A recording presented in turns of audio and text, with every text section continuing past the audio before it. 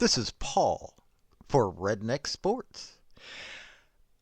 I believe that everybody should win in life, or at least attempt to. The first three maxims of General Robert Neyland's game maxims, I believe apply to everybody. The team that makes the fewest mistakes will win. Play for and make the breaks. When one comes your way, score. If at first the game or the breaks go against you, don't let up. Put on more steam. Welcome to the channel. Now let's discuss some sports.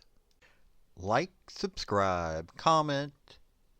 Show what your opinion is. Let me know if you like what you've seen. And I thank you for your support.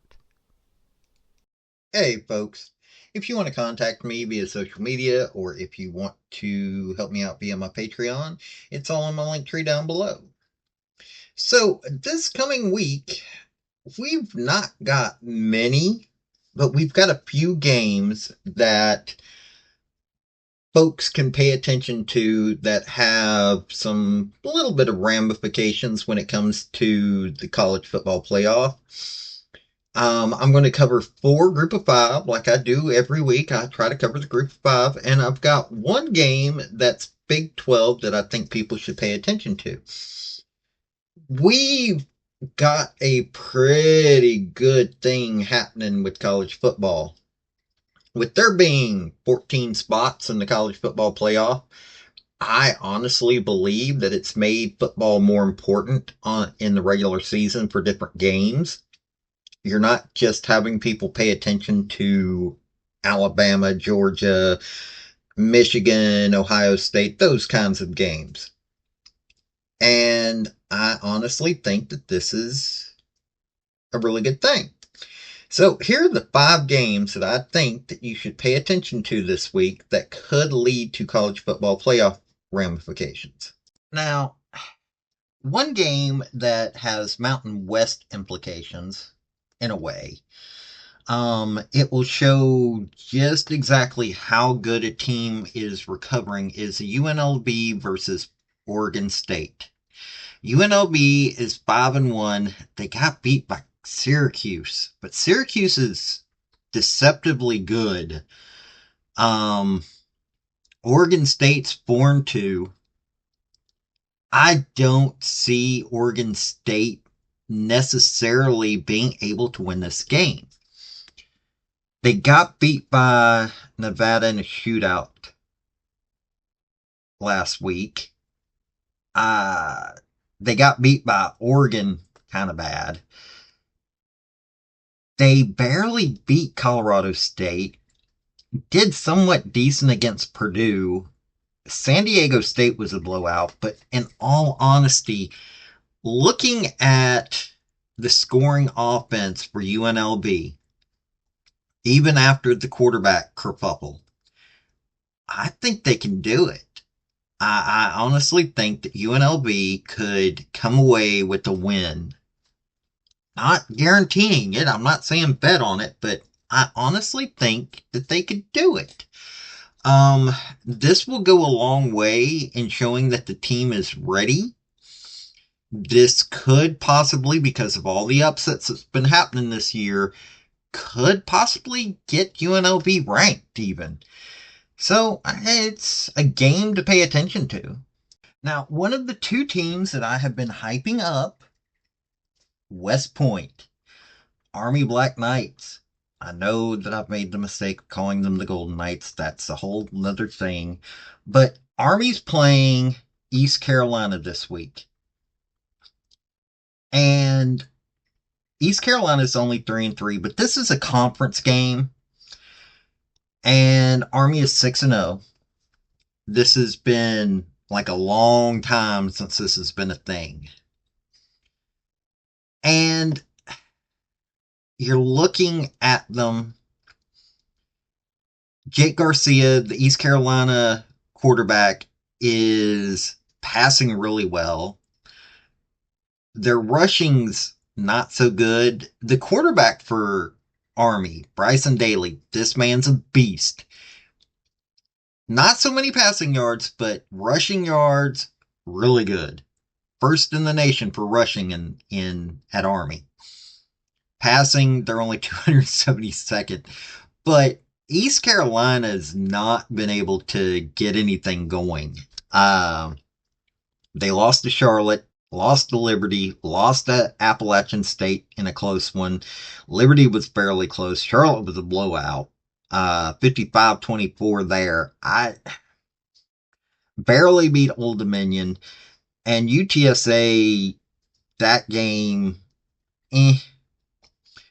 But Army has been doing some really good work when it comes to scoring. And I don't think that East Carolina can answer them. So, so I'm going with West Point on this one. I think this is going to be yet another game that's going to help them move up the polls, compete with Boise State for that group of 5 slot. Okay, the next game I'm going with is Navy in Charlotte. Navy's got the offense. They can score. They showed that with Memphis. Memphis was a shootout. East Carol East Carolina was a blowout for Charlotte. Well, they 55-24. They won that game. They blew them out. Rice, close game though. Indiana showed that they have many weaknesses. North Carolina was a loss, and you've seen what a good group of 5 can do against North Carolina. And their only other win was Gardner Webb. Navy's taken on Bucknell, Temple, Memphis, UAB, and Air Force. And except for the Memphis game, they have Blake Horvath and Eli Heidenreich and Teska, all of them. They've shown that they are a dominant team.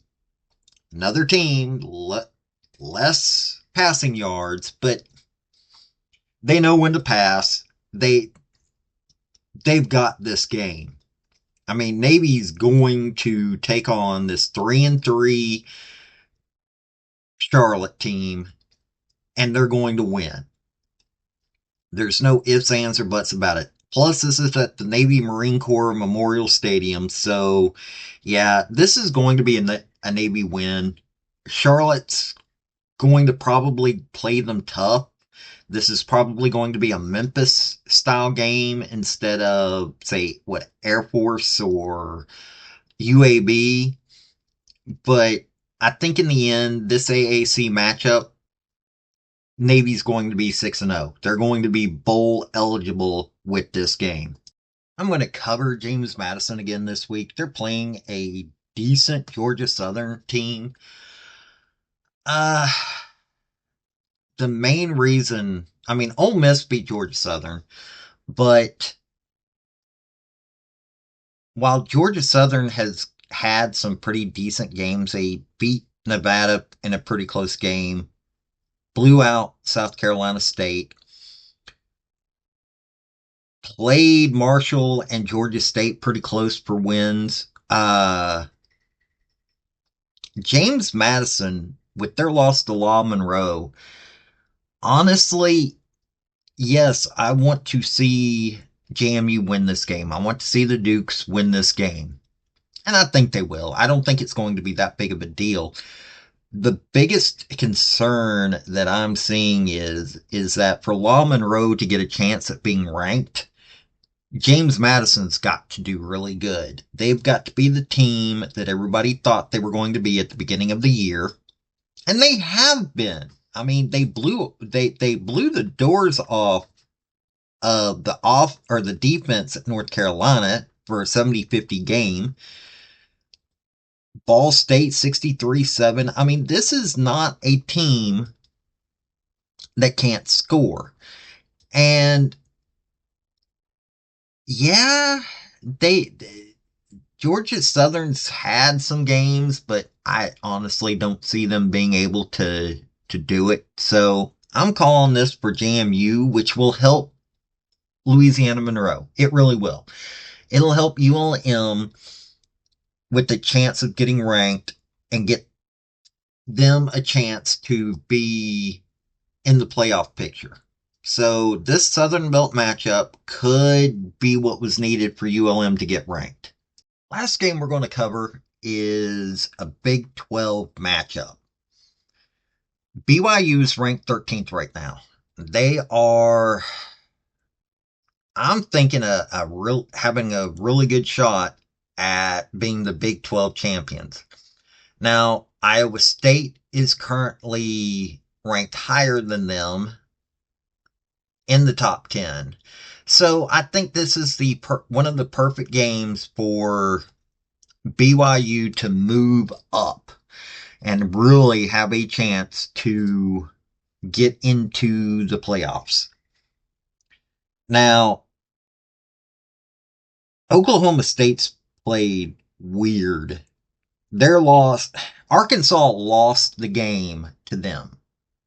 I don't think Oklahoma State won that game. Okay, they blew out Tulsa, but then they lost to Utah, Kansas State, West Virginia. Whereas BYU's beaten everybody. We're talking Kansas State, Wyoming, SMU, Baylor, Arizona. You get my point. But the two offenses, I think that what we're going to get is it's going to start out somewhat okay, and then BYU's just going to take over. I think that's how this game's going to go. BYU's going to be 7-0 at the end of this game, and they're going to have a really good shot at getting in the top 12, possibly the top 10, depending on how other games go. So, hey, this is the chance for BYU to show up for a chance at that national championship. Now look, there are a few games this week to pay attention to on the bigger end of the scale, but I mean, we've got Georgia, Texas, we've got Tennessee, Alabama. There are games this week that people need to pay attention to. These 5, I think, will go under the table for most people, and I think that people need to pay attention to them. I think these have college football playoff ramifications. Okay, the JMU game's hey, if they win, that's helping ULM. And UNLV is having to show what they can do after all that controversy. But watch these games. Pay attention to these games. This will show a lot about different conferences. Yes, they're group of 5. People don't seem to realize that the group of 5 are far scarier. Well, certain teams in the group of 5 are far scarier than what people give them credit for. Army Navy are ranked and they're undefeated. UNLV, yes, they lost the one game, but UNLV, once they switch quarterbacks, they're still pretty powerful. BYU, I don't have to say anything about. I think that these are the games that you need to watch if you want to get a clearer picture as to what's going on with the college football playoff. But hey, I'm just a redneck that really, really loves that funky looking ball in a good game on Saturday. This has been Paul with Redneck Sports. Y'all have a good day now. Oh, real quick, if you made it all this way, not only hit subscribe, but I also want to thank, I'm up to 7 fans on this page. I knew this page was probably going to grow a little slow, but thank you to the folks that have subscribed, and enjoy the games this week. Bye now. Thank you for watching this video. I've had some fairly good success with all of my redneck sports stuff, and I hope you enjoyed the topic. If you did, like, subscribe, comment, all that rigmarole, and also just let me know what you want to hear about. I'll give a redneck spin to this stuff. Let me tell you, I love sports. So I love people that want to join me in that. This has been Paul with Redneck Sports. Y'all have a good day now. Bye.